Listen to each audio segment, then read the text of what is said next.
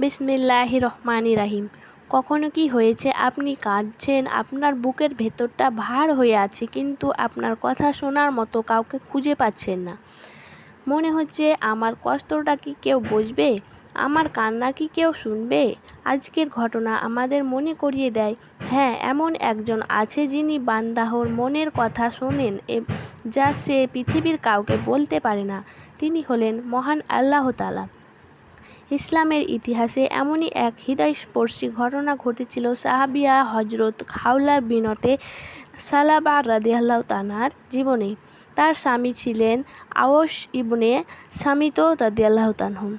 একদিন স্বামী স্ত্রীর মধ্যে কথা কাটাকাটি হলো। রাগের সেই মুহূর্তে আওস রাদিয়াল্লাহু তাআলা এমন একটি কথা বললেন যা ইসলামের বিধান অনুযায়ী হিজার এর অন্তর্ভুক্ত ছিল।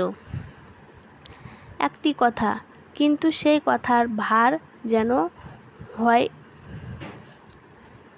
হজরত খাওলা রাদিয়াল্লাহু তাআলার পুরো জীবনের ওপর এসে পড়ল।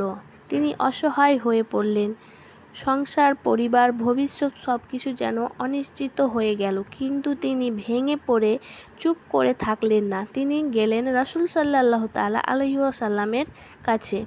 নিজের সমস্যার কথা জানালেন। তিনি চেয়েছিলেন এই কঠিন পরিস্থিতি একটি সমাধান হোক, কিন্তু বিষয়টি ছিল অত্যন্ত গুরুতর। হজরত খাওলা রাদিয়াল্লাহু তাআলা তখনও নিজের অবস্থার কথা বলতে থাকলেন। তারপর তিনি তার রবের কাছে ফিরে গেলেন। ভাবুন তো, একজন অসহায় নারী মানুষের দরজায় নিজের কষ্টের সমাধান খুঁজতে গিয়েছিলেন, কিন্তু শেষ পর্যন্ত তার অন্তর গিয়ে ঠেকল আল্লাহর দরবারে।